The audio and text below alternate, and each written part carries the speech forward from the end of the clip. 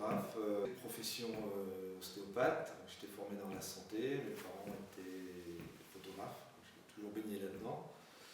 Après mes études qui m'ont surtout servi à voyager, je me suis consacré à la photo de voyage pendant une dizaine d'années.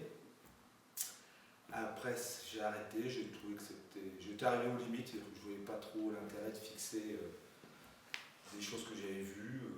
Puis ces photos-là, on les voyait partout, donc ça ne m'intéressait plus. J'ai donc fait une petite pause pendant 1 an ou 2. Et puis, à la retraite de mon père, j'ai récupéré son appareil photo, donc un Hasselblad argentique. Et donc là, j'ai commencé à me poser des questions sur ce que je pouvais en faire, qu'est-ce que je voulais surtout faire en photographie. Donc je me suis rendu compte que ce qui m'intéressait, ce n'était pas forcément ce que je voyais, c'est ce que j'avais envie d'exprimer. Donc je me suis naturellement orienté vers la photo contemporaine, avec surtout la volonté de respecter 2 choses, c'est-à-dire de ne pas avoir de problèmes, d'exigences par rapport à la technique, c'est-à-dire pas de numérique, pas d'éclairage compliqué. Donc je travaille uniquement en argentique, avec des éclairages naturels qui ont de la lumière de la lune, des bougies, des lumières au gaz, parce que je travaille sur des temps d'exposition extrêmement longs. Et ça c'est important, c'est une symbolique, puisque tout mon travail est basé sur le temps qui passe et sur la présence de la mort. Ça c'est tellement dû à ma formation en santé, puisque j'ai passé quelques années quand même en santé. Et donc voilà, donc, tout s'est retrouvé au même endroit, au même moment, c'est-à-dire que j'avais un appareil photo qui me permettait de faire des choses de haute qualité, du moins sur le plan du tirage. Ma formation de santé m'a quand même amené à réfléchir sur le sens de la vie, et surtout sur sa brièveté. Et donc comme c'est certainement un peu obsessionnel chez moi et que j'aime bien m'exprimer, tout allait ensemble. Donc j'ai fait des choses de nuit, parce que j'aime bien la nuit, j'aime bien les petites lumières, les faibles lumières. Donc la symbolique de la verticale, peu de lumière, prendre le temps de faire les choses. Je fais très peu de tirages dans l'année. Ça prend beaucoup de temps, il me faut une journée pratiquement pour faire 24 photos. Donc peu de lumière, des tirages de haute qualité, et puis voilà, des photos plein cadre, sans encadrement, sans rien. C'est quand même, j'aime bien les artistes avec des choses assez fortes quand même. Je préfère le thème, la force à la technique, même si les gens ont une grande technique. Je trouve qu'une grande technique, s'il n'y a pas grand chose à dire, c'est pas très intéressant. Donc voilà, donc je me nourris un peu des anciens, de ce qui se passe maintenant, un peu de tout, quoi. La seule influence que j'ai eue au niveau photo, c'est pas une influence graphique, c'est une influence de thème. Je suis un passionné de photos de guerre, de reportages de guerre, non pas pour le combat, simplement parce qu'il y a une symbolique qui est énorme, il y a une force qu'on trouve dans les photos de guerre qu'on ne trouve pas ailleurs. Donc ça serait d'ailleurs peut-être un objectif dans les années à venir de pouvoir se consacrer à ça, en indépendant évidemment, et à ma façon. Donc c'est ça, c'est plutôt le thème. Alors ça met du temps à ressortir, il faut des années, je pense que c'est pas un thème qu'on aborde à 20 ans, difficilement. Mais là maintenant, quand j'ai commencé à traiter ce thème du temps, j'ai fait vers 35-36 ans, on arrive à une certaine maturité.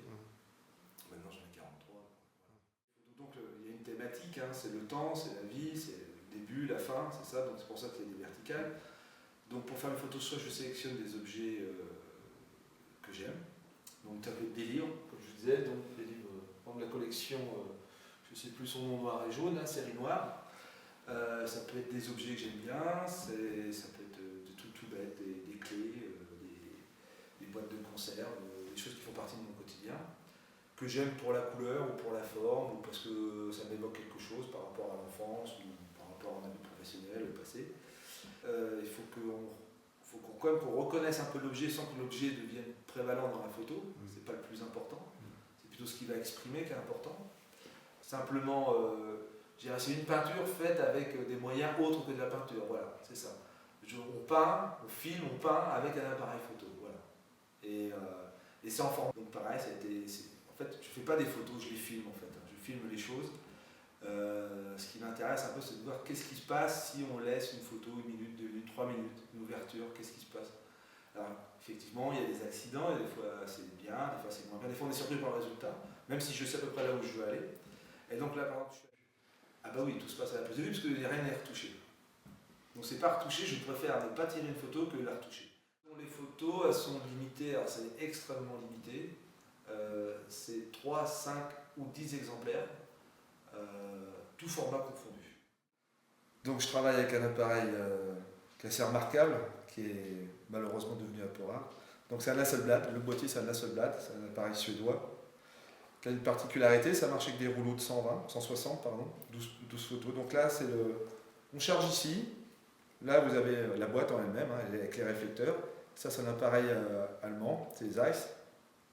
Donc la particularité, c'est qu'il y a une grande qualité de lumière et de prise de vue. On n'a pas de déperdition quasiment, c'est du 100% quasiment.